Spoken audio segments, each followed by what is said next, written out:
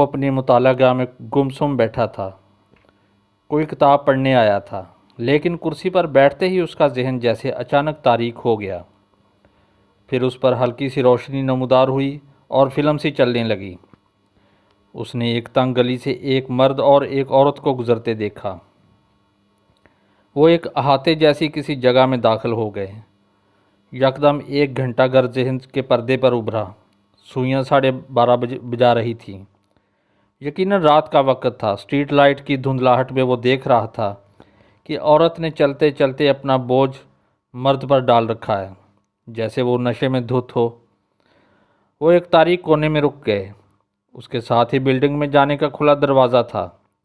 اس پر موٹے حروف میں جارج یارڈ بلڈنگ کندہ تھا۔ دروازے کی چوکھٹ کے اوپر مدھم روشنی کا بلب آویزاں تھا۔ مرد نے ٹویڈ کا ہلکے رنگ کا سوٹ پہن رکھا تھا۔ سر پر سیاہ فلیٹ تھی جس کا چھجا آنکھوں پر جھکا ہوا تھا۔ ایک کلائی پر اوور کوٹ تھا۔ عورت کے بدن پر بغیر بازوؤں کے اسکرٹ تھی۔ مرد نے عورت کی پشت دیوار سے لگا دی۔ یکایک اس نے ایک ہاتھ عورت کے منہ پر رکھ کر دوسرے سے بڑی پھرتی کے ساتھ جیب سے کھلا ہوا چاقو نکالا اور عورت کا حلق چیر ڈالا۔ خون اچھل کر دونوں کے لباسوں پر گرا۔ عورت زمین پر ڈھیر ہو گئی۔ مرد اس کی لاش کو گھسیٹ کر کھلے دروازے کے اندر لے گیا۔ باہر آ کر اس نے اوور کوٹ پہن کر کالر اوپر اٹھائے اور تیز تیز قدموں سے ایک طرف چلا گیا۔ غیر ارادی طور پر یہ بھیانک منظر دیکھ کر رابرٹ جیمس لیز پسینہ پسینے ہو گیا۔ اس کا جسم کانپنے لگا۔ اسے پورا یقین تھا کہ اس نے تصور کی آنکھ سے کسی غیر معمولی قاتل کو دیکھا تھا۔ قتل کی یہ واردات کسی خاص نوعیت کی تھی۔ لیز سے پھر مطالعہ گاہ میں بیٹھا نہ گیا۔ وہ بوجھل ذہن اور بھاری قدموں سے خوابگاہ میں گیا اور بیڈ پر لیٹ گیا۔ اسے سر میں چیونٹیاں سی رینگتی ہوئی محسوس ہو رہی تھی۔ جسم میں بجلی کی ہلکی سی رو دوڑ رہی تھی۔ اسے یقین تھا کہ اس پر کسی شفاق قاتل اور منصوبہ بندی کے تحت جرم کا انکشاف ہوا ہے۔ اسے صبح ہونے کا سخت بے چینی سے انتظار تھا۔ رابرٹ جیمس لیز کوئی معمولی آدمی نہیں تھا۔ عہد ملکہ وکٹوریہ میں وہ انگلینڈ کا سب سے بڑا عالم روحانیت کہلاتا تھا۔ اسے نفسیاتی مسائل کے حل پر بھی عبور حاصل تھا۔ روحانی علوم کے ارادت مند حلقوں کے علاوہ ملکہ وکٹوریہ بھی اس کی غیبی صلاحیت کی قائل تھی۔ وہ صرف 19 سال کا تھا تو ملکہ نے پہلی بار اسے مشاورت کے لیے محل میں طلب کیا تھا۔ اس کے بعد ملکہ کے حیات تک وہ اس کے بلا بھیجنے پر بکنگھم پیلس جاتا رہا۔ اس رات اس کی بے عقلی کی وجہ یہ تھی کہ وہ قاتل کی شناخت نہ کر سکا تھا۔ اس کے علاوہ اس سے پہلے اس نے تصور میں ایسے جرم کا لمحہ بے لمحہ منظر نہیں دیکھا تھا۔ کسی جرم کے بعد ہی اپنی خودآگاہ صلاحیت سے اسے تصور کے پردے پر لے آتا تھا۔ اس کا دل کہہ رہا تھا اس رات اس پر ایک غیر معمولی نوعیت کے جرم کا انکشاف ہوا تھا۔ اگلا دن اس نے سخت طنز بزم میں گزارا۔ اس نے کئی اخبارات دیکھ ڈالے لیکن جارج یارڈ بلڈنگ سے کسی عورت کی لاش ملنے یا کسی ملزم یا مجرم کی گرفتاری کی خبر نظر نہیں آئی۔ وہ اس بات کو قبول کرنے پر آمادہ نہیں تھا کہ ایسا کوئی واقعہ پیش نہیں آیا۔ اگر وہ خواب میں دیکھتا تو اسے لاشعور کی بات سمجھتا، لیکن جاگتے میں تصوراتی بات کو وہمہ قرار دینا اس کے لیے ممکن نہ تھا۔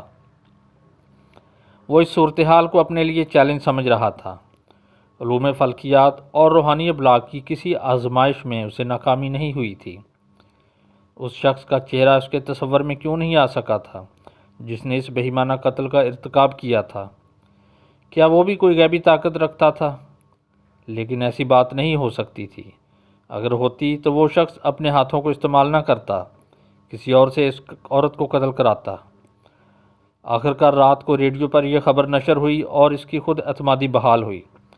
خبر سنتے ہی اس نے ریڈیو بند کیا اور اسکاٹ لینڈ یارڈ سے رابطہ قائم کرنے کی بجائے خود اس کے صدر دفتر چلا گیا۔ وہاں اوپر سے نیچے تک سب اسے جانتے تھے۔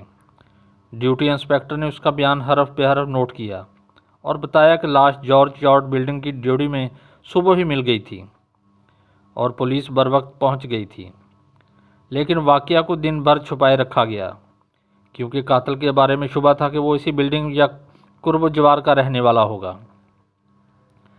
سارے افراد کی نگرانی کی جا رہی تھی۔ دریں اثنا مقتولہ کے کوائف معلوم کرنے کی کوشش بھی کی جا رہی تھی۔ معلوم ہوا کہ مقتولہ ایک اخلاق باختہ پیشہ ور عورت تھی۔ اس کی ایک ہم پیشہ عورت نے بتایا کہ اس کا نام مارتھا ٹرینر تھا۔ وقوعہ کی رات کو اسے ایک شخص شراب خانے سے اپنے ساتھ لے گیا تھا۔ اس نے سیاہ فیلٹ لگا رکھی تھی، جسم پر ہلکے رنگ کا ٹویڈ کا سوٹ تھا۔ بتانے والی کو اس کا چہرہ نظر نہیں آیا، وہ کاؤنٹر پر اس کی طرف پشت کیے کھڑا تھا۔ مجرم کی گرفتاری کے لیے یہ معلومات ناکافی تھیں۔ مقتولہ کوئی شریف خاتون ہوتی تو اس کے ملنے جلنے والوں کو شامل تفتیش بھی کیا جاتا، لیکن ایک فاحشہ کے حلقہ احباب کا تعین نہیں کیا جا سکتا تھا۔ بہرحال اسکاٹ لینڈ یارڈ نے تفتیش جاری رکھی۔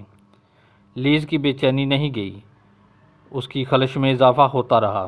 اس کی ذہنی حالت ایسی ابتر ہو گئی کہ ڈاکٹر نے اسے آب و ہوا کی تبدیلی کا مشورہ دیا۔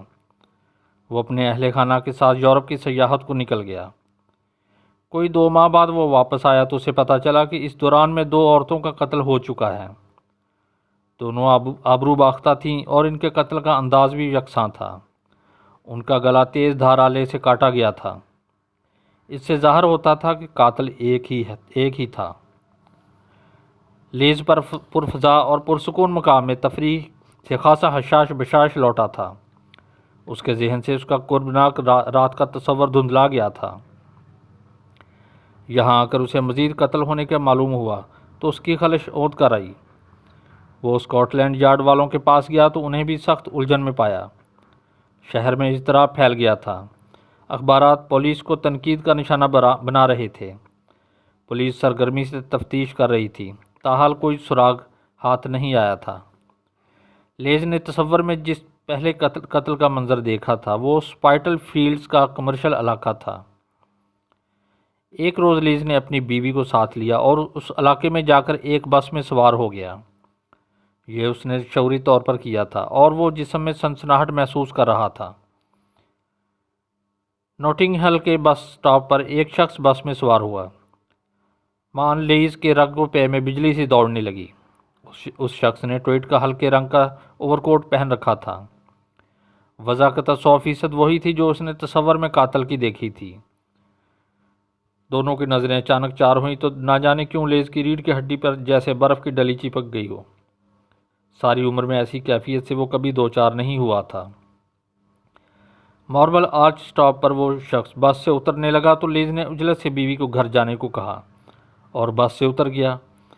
اجنبی ہائیڈ پارک کی سمت میں جا رہا تھا، لیکن اپسلے ہاؤس کے سامنے اچانک ٹریفک میں گم ہو گیا۔ لیز نے اسے ارد گرد بہت تلاش کیا لیکن اسے ناکامی کا منہ دیکھنا پڑا۔ اسی رات وہ بستر پر لیٹا تو اس کی چھٹی حس نے اسے کچوکا لگایا کہ قاتل ایک اور واردات کرنے والا ہے۔ اس نے ذہن کو پوری قوت ارادی سے ایک نقطے پر مرکوز کیا تو تصور کے پردے پر ایک عورت کا خوف زدہ چہرہ ابھر آیا، لیکن پس منظر یا مقام نظر نہیں آیا۔ رات اس نے جوں گزاری اور صبح ناشتہ کر کے پولیس ہیڈ کوارٹر گیا۔ اس نے پولیس افسروں کو اپنا مدعا بتایا اور وہ اس سے تعاون کرنے پر آمادہ ہو گئے۔